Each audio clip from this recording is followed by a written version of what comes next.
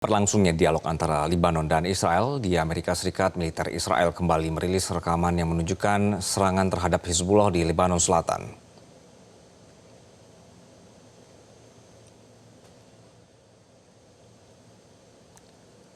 Pihak Israel mengatakan mereka telah menghancurkan puluhan situs infrastruktur Hizbullah, termasuk posisi anti-tank, pos pengamatan, dan fasilitas penyimpanan senjata. Video ini dirilis bersamaan dengan pernyataan kelompok Hizbullah pada hari Senin yang tidak akan mematuhi perjanjian apapun dari dialog antara Lebanon dan Israel di Amerika Serikat.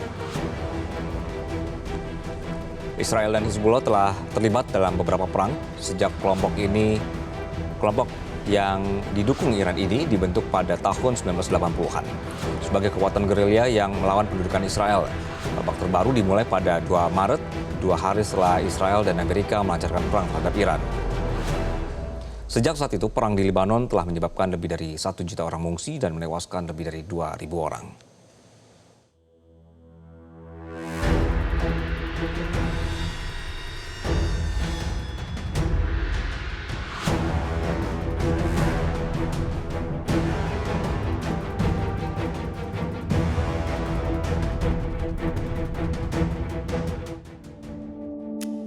Right now we have a blockade. They're doing no business. I didn't like seeing boats come out if they were doing business with Iran, but if they weren't, no boats came out. So now Iran is doing absolutely no business. Presiden Amerika Serikat Donald Trump menyatakan blokade militer terhadap pelabuhan Iran di Teluk Persia dan Teluk Oman telah diberlakukan. Trump mengisyaratkan opsi blokade militer sebagai bentuk tekanan maksimal terhadap Teheran pasca buntunya negosiasi antara Amerika Serikat dan Iran di Islamabad. Namun China menilai blokade tersebut bertentangan dengan kepentingan global dan berpotensi memperburuk krisis energi dunia. Ketergantungan Beijing terhadap pasokan minyak dari kawasan Teluk membuat setiap gangguan di Selat Hormuz menjadi ancaman langsung bagi kepentingannya. Saya jangan pikirkan bagaimana mereka menyetop kapal Cina yang lewat dikawal sama berani atau tidak, Pak? Kapal perusak Cina. Atau mereka mengawal kapal milik Perancis atau Jerman yang temannya sendiri, masa di stop? Nah itu kan jadi masalah baru, tapi itu kan masalah terpisah. Yang penting sekarang ada ancaman untuk ini, karena memang apa yang terjadi dalam perundingan itu adalah Amerika berada di dalam tekanan, dia bolak-balik ngebom, tetapi tidak ada efek apapun yang membuat Hormuz dilepas, membuat Iran melepaskan tuntutannya ataupun mengendur apa yang dia perjuangkan. Sejumlah analis menilai langkah Trump ini lebih mencerminkan strategi konfrontasi dibandingkan jalur diplomasi. Muncul dugaan bahwa langkah ini tidak semata strategi Trump, melainkan juga berkaitan dengan kepentingan politik Perdana Menteri Zionis Israel, Benjamin Netanyahu. Zionis disebut aktif mendukung upaya membuka kembali Selat Hormuz dan melemahkan kontrol Iran atas jalur tersebut. Trump memang ingin jadi presiden paling berjasa bagi Israel. Ya, salah satunya itu bagaimana menumbangkan rezim ini, itu kan tujuan pertamanya. Bagi delegasi ini hanya menginginkan tuntutan Amerika yang merugikan Iran dipenuhi oleh Iran. Nah, tapi kita tahu Iran bukan negara yang bisa didikte. Nah, apakah dia bisa meyakinkan Trump juga supaya kepentingannya juga ikut diperhitungkan di situ? Ya, itu yang kita tidak tahu ya. Nah, sampai selama ini kita lihat bahwa Israel itu selalu ingin memanfaatkan Amerika Serikat untuk kepentingan politik dia juga gitu. Tantangan terbesar dalam pelaksanaan blokade ini adalah mengawasi dan menegakkan aturan terhadap tingginya jumlah kapal yang setiap hari melintasi Selat Hormuz, jalur vital yang dilalui sekitar 20% pasokan minyak dunia. Dengan meningkatnya ketegangan dan keterlibatan kekuatan besar dunia, pertanyaannya kini, apakah ini masih bagian dari strategi Amerika dan Zionis? Tim Liputan Metro TV.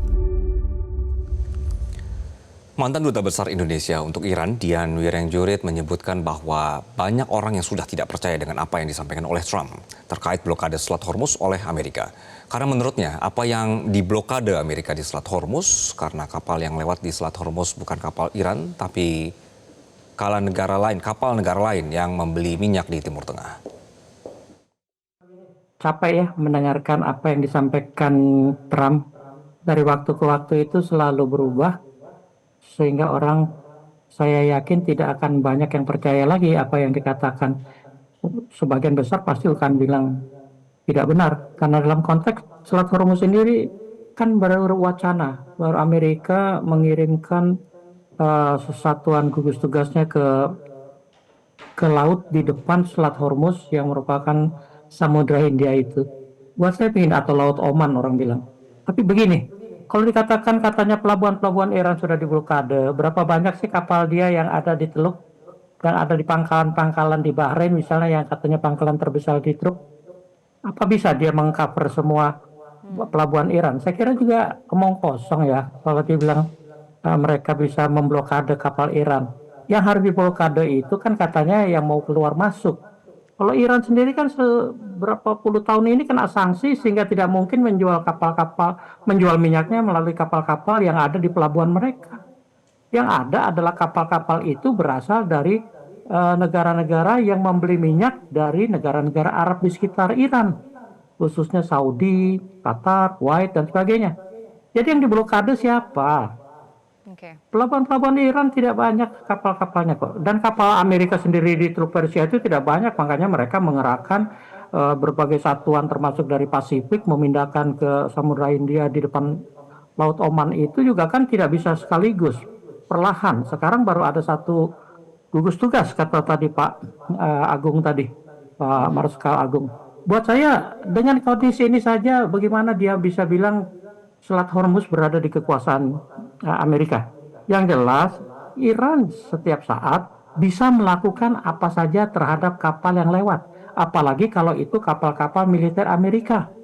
Jadi jangan dibalik narasinya seakan-akan Selat Hormuz sudah dikuasai Amerika. Ya udahlah, kalau ada yang percaya sama Trump ya selamat menikmati. Saya cuma bilang begitu aja.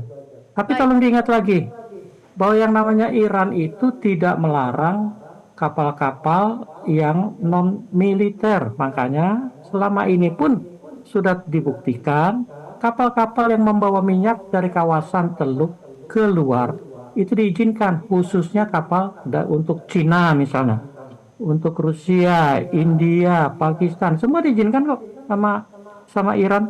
Kalau sekarang Amerika gagah-gagahan mau bilang sudah menguasai Selat Hormuz, kapal-kapal yang tinggal di kawasan Teluk Persia kan sudah tidak banyak. Kalau waktu lagi hangat-hangatnya perang itu mungkin sekitar 200 mungkin ada ya. Tapi kalau dibilang ribuan sampai harus antri keluar ya enggak lah. Tapi kalau 200-an sebagian sudah keluar kan sekarang juga tidak terlalu banyak.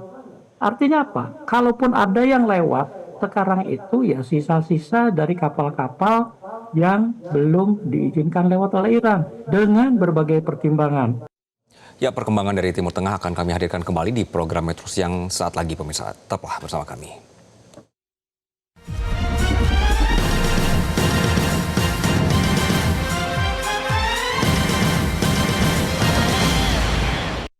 Jelajahi cara baru mendapatkan informasi. Download Metro TV Extend sekarang.